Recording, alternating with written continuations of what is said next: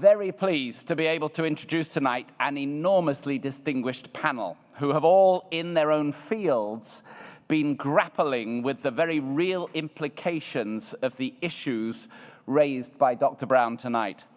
Firstly, let me welcome the Right Honourable David Davis MP, who's the member for Halton, Price and Howden.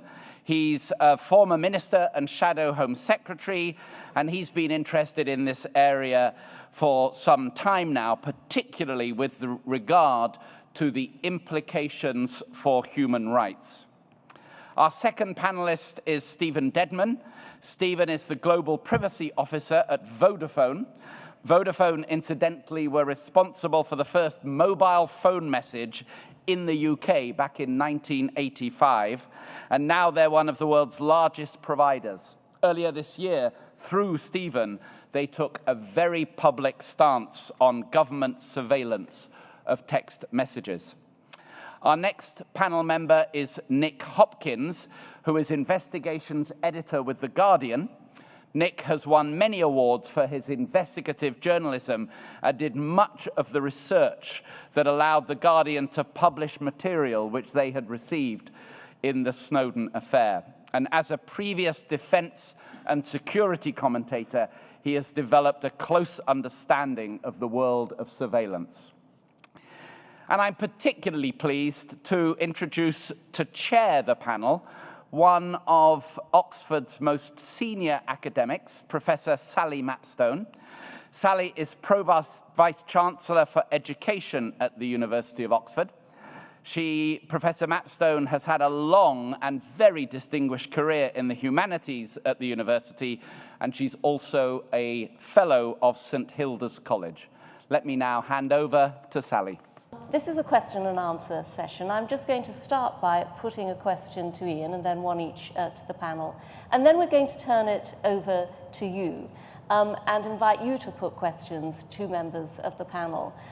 We want to maximize what we can get out of the time that we've got available. So if you would be so kind, when you put your question, please tell us who you are. Please indicate to whom your question is addressed. And please keep your questions as succinct as possible so that we can get a good range of questions. Okay, so Ian, let me first of all turn to you. You finished your lecture with some remarks of a kind of guarded positivity in terms of the future of protection, privacy protection in an internet culture. It would be interesting to hear what your strongest grounds are for that sense of being positive. Is it to do with technological control? Is it to do with citizen power? Or is it some kind of combination? I think it's a combination. It's that we understand now that at least the basic principles of how we can build privacy protective technologies, combined with the fact that this has become such a high-profile issue now in the media and amongst members of the public.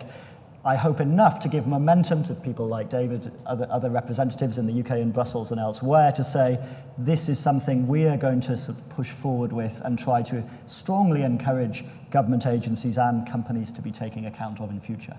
Okay, I think there's a lot there that I suspect that the members of our audience will want to unpack. But let me turn, if I might, to Stephen and just follow that up. These questions of technological constraint or control are going to be crucially dependent on the behaviour and buy-in from companies like Vodafone. How much appetite do you think there really is for the kind of interventions that Ian was sketching out for us, if they do have the capacity to affect the business bottom line? So don't assume that business interests and consumers' interest in privacy are always going to be in conflict. I think there is an assumption in a lot of what we're talking about that is the case. Just to give you an example, I was in Barcelona a few weeks ago for the Mobile World Congress, which is the mobile industry's big trade fair. It's huge. And what I saw there was what I think is a change in attitude among some of the key players in the industry around privacy and trust. Every single keynote, this was a question came out. Just to give you an idea of the sense of change that was happening, of the top 5 tweets from the whole Congress, were Internet of Things, Ian mentioned that earlier, 5G, wearable tech, connected cars, and privacy. That's an astonishing thing to see at a trade fair where there are business people basically doing deals and trying to sell new products and services.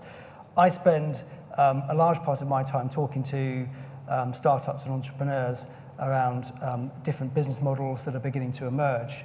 And what I see happening increasingly is disruption in established business models in particularly the kind of internet space, where we assume that the data is at the center of our world and consumers are an afterthought that need to be dealt with by lawyers and checkboxes. Actually, there are companies and think tanks and organizations and technologists trying to overturn that model, and that's a model that we can get behind. And from my company's perspective, we think is a great thing and something that we are behind as a company.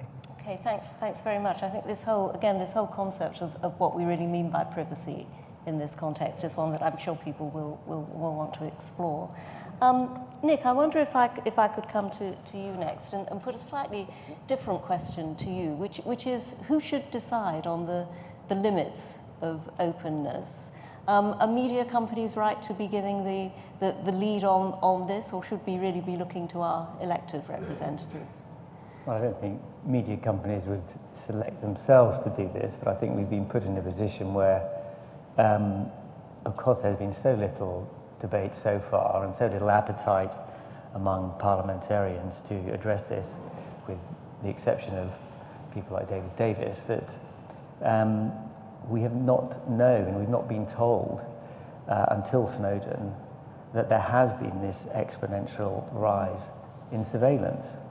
And it has taken someone like Snowden to come out, and it's taken reporting from The Guardian and other newspapers, we're not the only ones who have done this, to at least set out in skeleton the architecture that has been created that we did not know about before. So no, I don't think media groups would select themselves to do it, but I think we ended up in this position. Okay, thanks. Well, you mentioned elected representatives, and we have David Davis here. Can one get a bit over-obsessed with the protection of privacy? There are all sorts of ways in which, as we've seen, sharing data has the potential to be beneficial and to potentially generate great advances in science and medicine, for example. Do we fetishize this too much, do you think? Well, not in Britain we don't, certainly. I mean, the one country in the entire world that's sort of taken this with a complete sang-froid has been Britain, where everybody else has been in a panic. Angela Merkel's been calling up President Obama and God knows who. So no, we haven't taken it too seriously. But I think what's going to happen is, as the things that Ian describes begin to happen, more and more data, whether it's from your Google Glass or your iPhone or whatever, becomes available. What will happen is there'll be some hideous parables. Something will go horribly wrong for somebody. I mean, Ian mentioned the government losing those 2 DVDs with 25 million child benefit records on them, and that completely transformed the public's view on how safe the government was looking after your data. The same sort of thing will happen with privacy. And what will happen is people will wake up suddenly and say, I want my privacy properly protected. Then there'll be demands on people like me to do something about it. And then all my colleagues will do something about it, but not until then. Hello, Alison Kenny, LMH 1977. I had an unnerving experience. I live and work in London when I received an electricity bill. It was for a shop in Bradford in Yorkshire, sent by an electricity company I have never had any dealings with. So I just thought I'd throw that in as an example of how obviously some sort of payment processing centre somewhere must have got me muddled up with the owner of the shop. And it just shows, you know, how companies are exchanging data, because certainly it was not with my consent. So when David Davis was talking about slightly alarming stories on a small scale, that was an alarming story for me, because I thought, how do these people know who I was? How did they get hold of me? Thank you. Is this a common experience? Certainly, I think a lot of organisations have not yet got to the point you would have liked to have got to in terms of looking after customer data. I think an interesting question that comes out of that is, as Stephen said, there are a lot of cases where it's very much a shared interest between business and their customers in privacy and looking after your data. I'm sure that that company that sent you that by mistake was not profiting from it. Are there sometimes cases where you might need stronger action, whether that's from a regulator or other parties, to say to businesses, look, this just isn't good enough. You can't make these kind of mistakes again in future. And of course, once you get to very large-scale databases, which have tens of millions of records of people, perhaps, that's when you have to start thinking very carefully about how do you really make sure that data isn't inappropriately used. It raises an interesting question as well. I get tired of hearing the phrase, if you've got nothing to hide, you've got nothing to fear. Of course, that always assumes the data held on you is accurate. What if you are the subject of a mistake? And I have known people who have had their credit records destroyed by an error, which then destroyed their business, which then destroyed their marriage, which then destroyed their lives. So one of the issues of privacy is not just privacy for what's true about you, it's also privacy about what's not true about you. Yeah, and getting access to that. And getting access and controlling it and getting it right. Yeah. Okay, let's take another question. Right in the middle here, about 5 rows back. Thank you. Hi, Rob Snellgrove. There's a question for Dr. Brown. You talked about privacy statements and the vast number that we are casually agreeing to the terms of every year. I was wondering what you think our response should be to those. Should we do the 20 hours of reading, or is there another option? Yeah, is there a smart option? Are they all similar? Well, certainly not doing the 20 hours of reading, I don't think. Because even if you did, I mean, what would you do as a consequence? Even if you fully understood everything that you were consenting to, what realistic options do you have? You can't negotiate those contracts with those companies. There might not be realistic alternatives. You know, I use a search engine called DuckDuckGo, which has a nice privacy policy. There are oftentimes I have to go back to Google because there are things I just can't find with this much smaller service. So no, don't waste your life reading privacy policies. I think actually this is one of the reasons why privacy protection requires some element of collective response as well as individual response. I don't think it works to say it's entirely, let the buyer beware. It's entirely up to you to read all those privacy policies and to be very careful in every business that you deal with and share data with. Could you give us a business perspective on this? When a privacy policy is, as it were, being put together, what's the communication strategy? Well, for the most part, privacy policies are not exercises in communication or transparency. In the worst case, they're legal obfuscation. In the best case, they're legal box checking. And that's kind of what I partly blame a regulatory environment that has led us into a world where we give it to the lawyers, and that's what lawyers do. They write long, complicated statements that people can't understand. And I can say this as a lawyer, so I can point the finger at my colleagues. The solution to it is the way that we address any other aspect of communication. We get experts who understand your behavioral economics and user experience in ways of explaining quite complicated things in simple ways that people can get. We start employing some of those skills to explaining things like privacy, and you'll go a long way. And there's been some interesting examples. I think Zynga used an interesting gaming example, has been talked about a lot.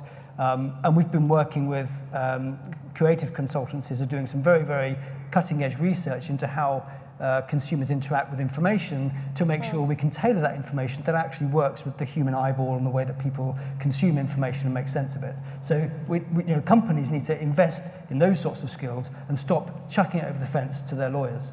Good, thank you, Nick. I think it's also worth mentioning that it's a slightly different point, but in the defence review from 2010, the government set aside £650 million for cyber security. I think a very, very small fraction of that, a tiny fraction of that, has gone into consumer websites to help people understand how they can protect themselves. Most of the lion's share of it has gone to GCHQ to essentially develop other surveillance and attack techniques. And I think it's really important that element is not forgotten about, because we keep being told 80% of cyber attacks can be prevented if people just took simple measures to protect themselves. But you don't hear a lot of publicity around websites like Get Safe Online. I think that's a way of drilling down into people what they need to do to protect themselves online. Yeah, okay, thank you. I'd like to take a question from over here. There's a gentleman towards the back of the room. My name is Chris Segoyan. I work for the American Civil Liberties Union, and just full disclosure, we're actually suing the National Security Agency and representing Edward Snowden. So my question is for the gentleman from Vodafone. One of the most interesting revelations in the last year from the Snowden documents was the disclosure of a program called Tempora, in which GCHQ, the British intelligence agency, is hoovering up all internet traffic going in and out of the United Kingdom. Now, Vodafone owns Cable and Wireless, which is one of the main operators of undersea cables coming in and out of the UK. The UK government is getting everything coming in and out. This is not just data on people who are doing bad things. And as a result of this collection, we learned just in the last few weeks that GCHQ has been monitoring Yahoo video chats, a large number of them, many of which included people engaging in fairly intimate conversations with their loved ones. As a company that pledges to protect the privacy of your customers, how can you possibly justify providing every single bit of data going in and out of your company's cables to the UK government? Thank you. Stephen. So, Chris, I can't answer questions about particular procedures that we have to comply with. We get requirements from governments that we have to comply with in every country in which we operate. That's a condition of operating. It's the same here in the UK. It's exactly the same in every other country in which we operate. I'm restricted by law from talking about things that I might be party to. I'm not particularly party to what happens in our UK business.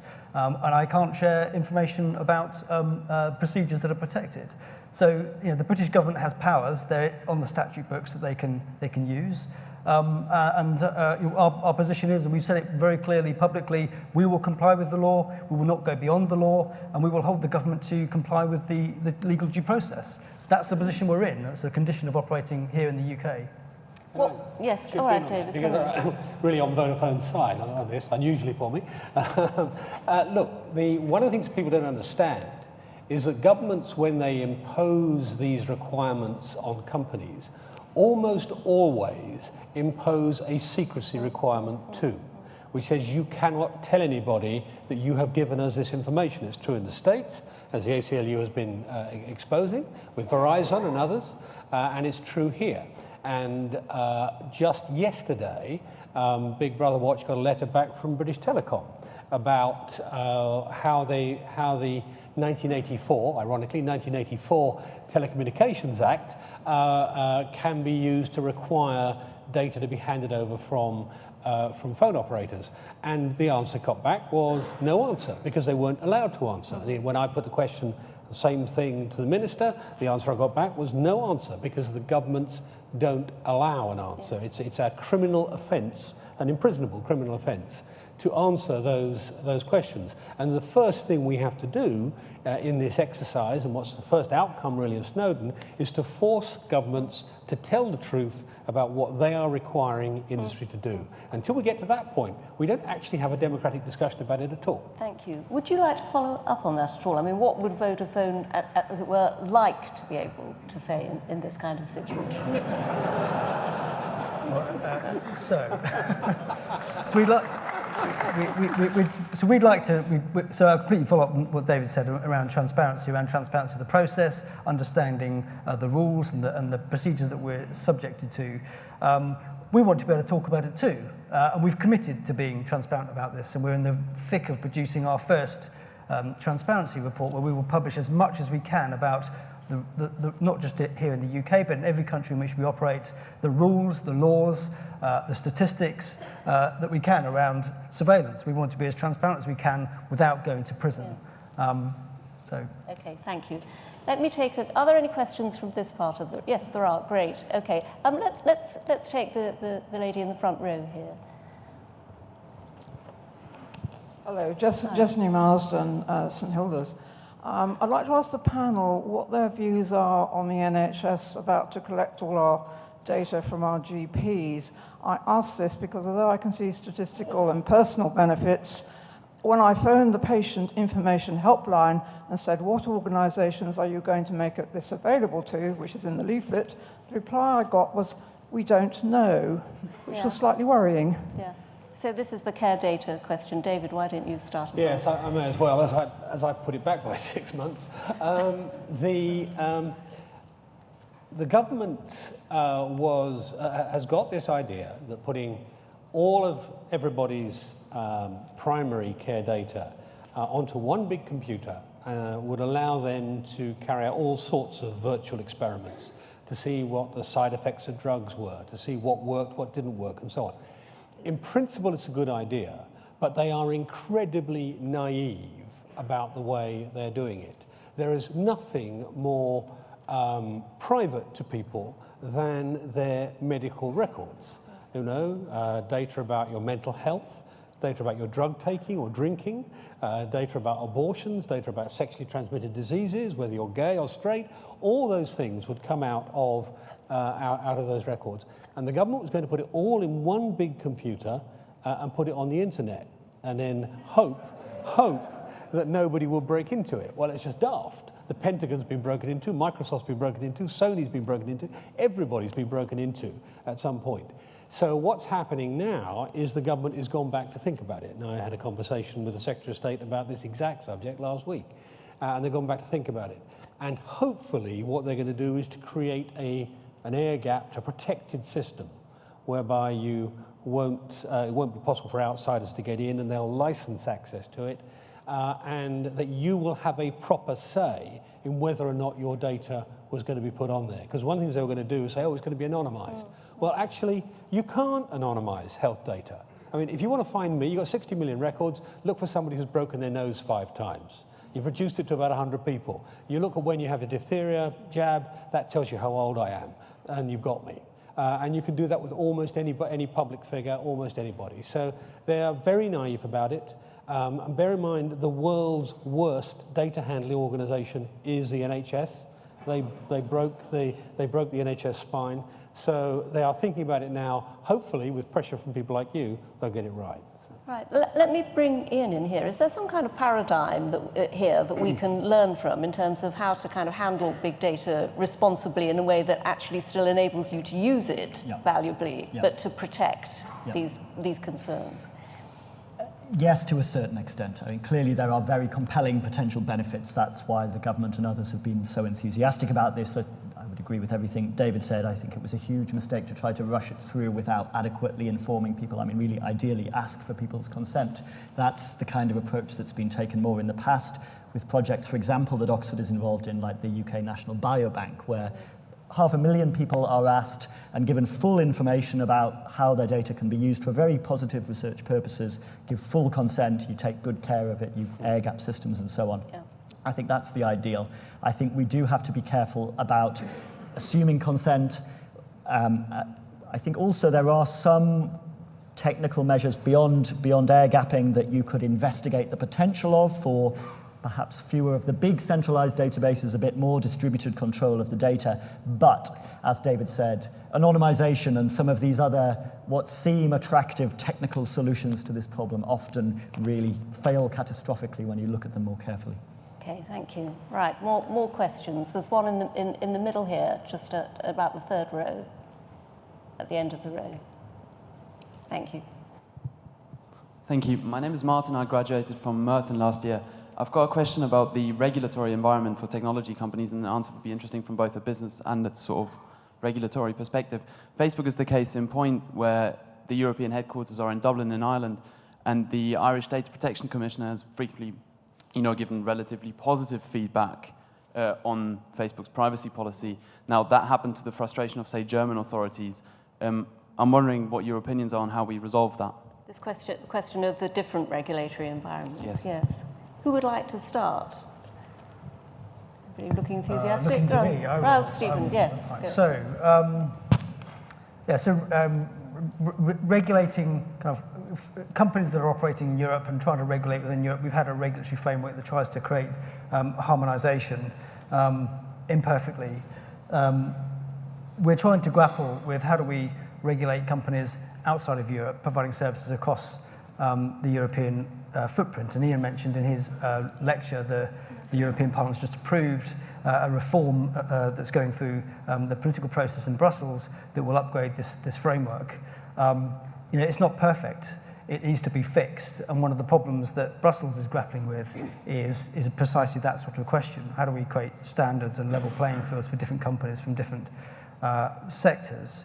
My own personal reflection on some of the things that Ian said were that there's some good things that are coming out of Brussels. There's some good things in the regulation, and the motivation is a good one. Industry needs tough regulation with really big teeth that bite. What worries me a bit, though, is some of the things that Ian also said in his lecture about shifting towards investment in new technologies and new engineering approaches to problems. What we've got today is a very legalistic environment. And I mentioned that in relation to the question about the privacy statements, that we've been kind of executives have been conditioned when they're asked the question of privacy to put it into a box marked law, regulation, and compliance. And when you put it into that box in your brain, you're not thinking about investing in new technologies or new solutions and innovations. You're thinking about containment, risk management, check-the-box compliance, and so on and so forth. And that's how I feel where we are in Europe at the moment. What we need to start doing is looking at things that Ian finished off talking about, where in some of the market drivers, how can we stimulate and encourage market developments to enable people to choose and to choose between companies that they favour. Data portability is actually a great principle to enable interoperability between services. So if you don't like Facebook, you can go somewhere else. If you don't like Vodafone, you can go somewhere else. And these sorts of principles enable markets to start working more effectively in the interest of consumers. That's why I'd like to see Europe begin to put more emphasis into the future of our regulatory framework. Okay, very, very interesting answer, David. Yes, I mean, you can only ever hear me say this once, and this is one thing that Brussels will do better than London. And it's because, I mean, two or three reasons. Number one, it is literally an international good we're talking about here. This, you cannot have one country get this right and everybody else get it wrong. Secondly, because of clout, I'm afraid somebody needs to stand up to the Americans on this, because remember, all of the protections that exist in America are for American citizens. You and I are not distinguishable from a Taliban terrorist or a Somali pirate as far as American law is concerned, and in terms of American protection. So you need somebody to be able to look the Americans in the eye on the thing. Thirdly, because frankly, some of the countries in Europe have a history where they understand what happens when the state knows too much about you. One of the reasons that Angela Merkel was central to this when her phone was tapped is, of course, she's somebody who's lived under the Stasi. So she knows what a state with too much information can do. And so their instincts actually are frankly rather better than ours. Ours, we know, we've not had tyranny in this country for 200 or 300 years. So we're too comfortable about it. We actually need people who are slightly more paranoid than we are to actually do the right things. And I agree that the right things are not just legal, they are about structures to make sure that there's proper competition, proper interoperability. That's what will answer the question about signing off on the privacy statement. Because what will happen is if we have interoperability and proper competition, some companies will compete on the basis of their privacy. They'll compete on the basis of protecting your rights and your identity. And then we'll actually have proper solutions. Isn't it also about ethics? Yes, of course it's about ethics, but you tell me a country that tells you it's not ethical. I mean, they all say they're ethical. Yes, fair enough. Okay, all right. More questions. There's one in the middle here, and then we'll take one in the front row.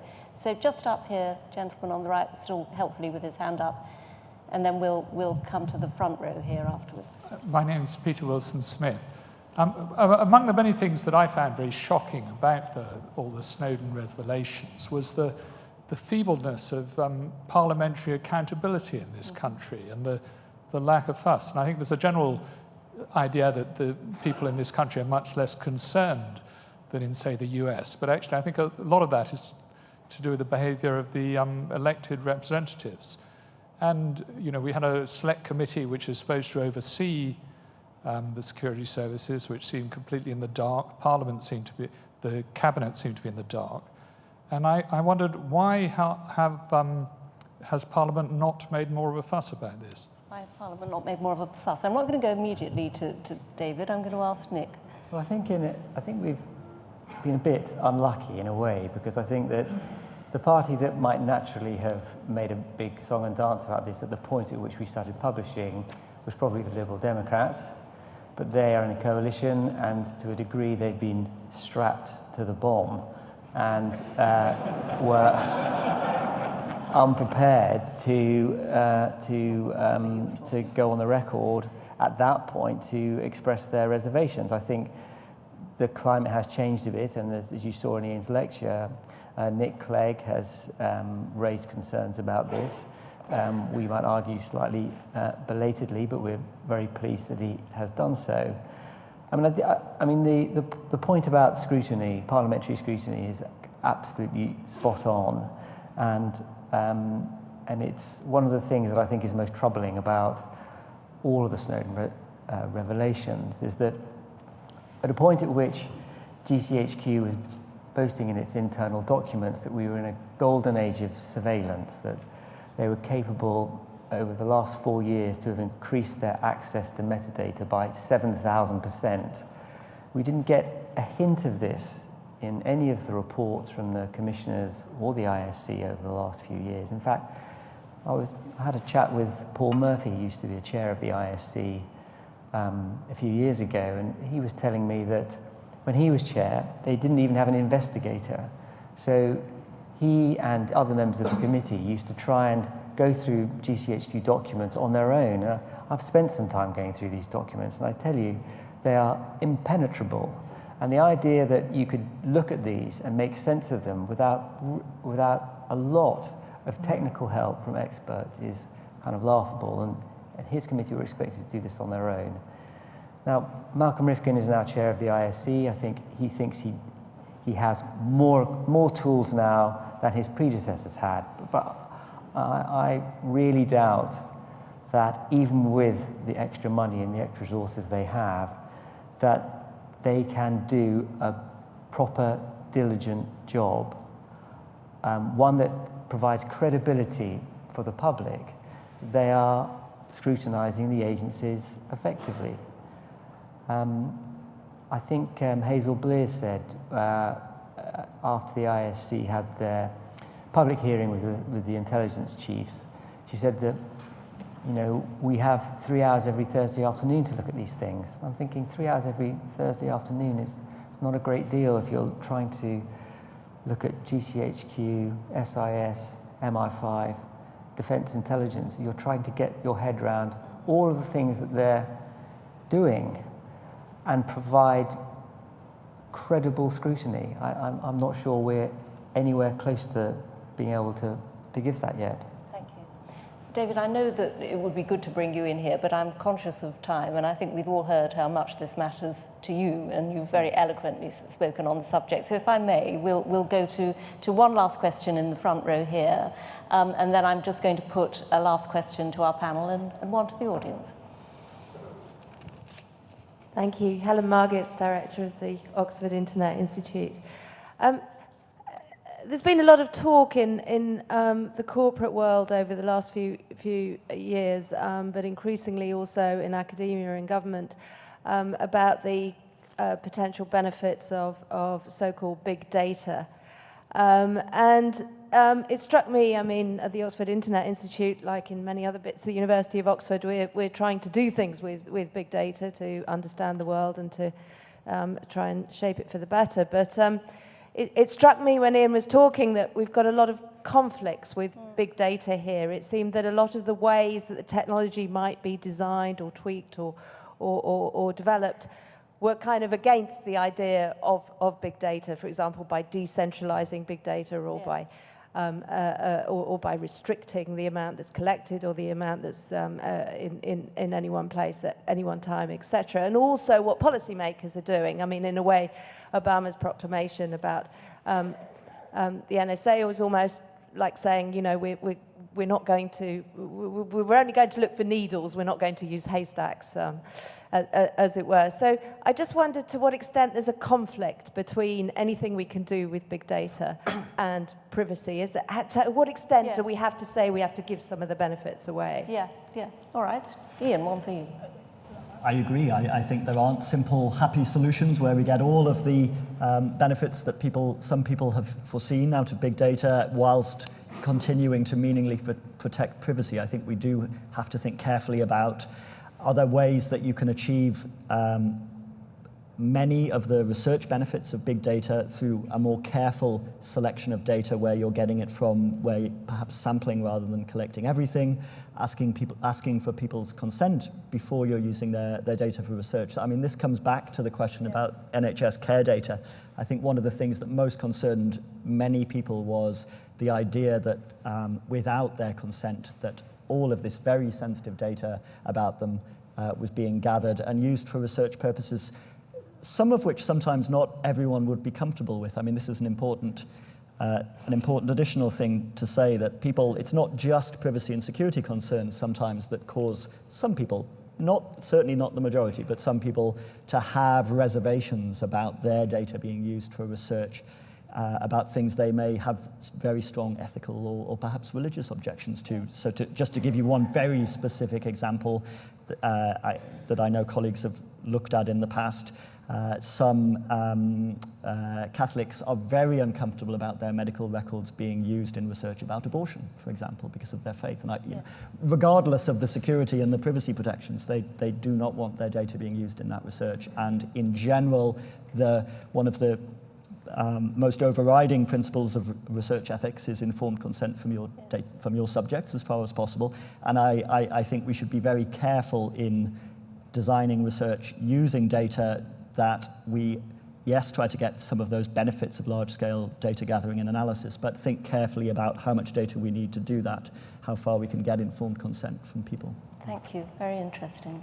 I'm just now going to ask each of our panel the same question. I'm going to start with David, if I may, and we'll come back to Ian at the end, which is having heard all this and the real range of questions from our audience, as far as you're concerned, what one single act or intervention would make a significant difference in helping us as a society to establish the right balance between openness and privacy? I would give individuals property rights in their own identity. So you own all the information about yourself. And then every company that deals with it, including the government, would then have to deal with you if they misused it. Great, thank you. Nick? I'm going to answer a slightly different question, which is, I think as a result of all this, I would like to see a re-emergence of the art of face-to-face conversation.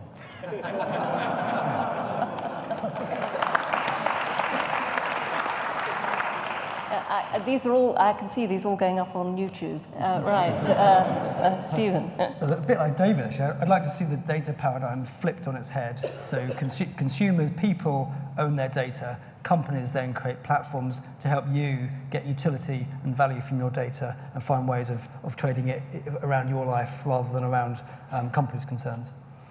Thank you. And finally, Ian. Well, building on a couple of those comments, I think actually having more effective remedies for individuals when their data is misused would be very helpful. I contributed to a study recently for the EU Fundamental Rights Agency that looked at this question right across the EU, and it was rather a dismal picture that they found, not just in the UK, in many other European countries. Very difficult for individuals where data had been leaked or otherwise used about them to get any kind of compensation or redress. So I think that that's something that the General Data Protection Regulation, again, is trying to make easier for people. So that would be very helpful. Thank you. Okay, so again, a real range of interesting and greatly constructive responses on that. Now, we're going to do one last thing, if we may, which is a good old-fashioned show of hands from you as an audience. What we'd like to find out is whether you feel more or less optimistic as a result of what you've heard discussed tonight about the future protection of your privacy. So simply going to ask you to raise your hands. So all those who, having been here and listened to all of this, feel more optimistic about the future protection of your privacy, would you please raise your hands now? And that can include the panel. Okay, thank you. And those who feel less optimistic? I've put my hands up for both, so I'm cancelling myself out. Right. I would say that thank you very much, everybody, that there were marginally more who were feeling more positive and optimistic, but it's just marginal, so clearly there's some way to go.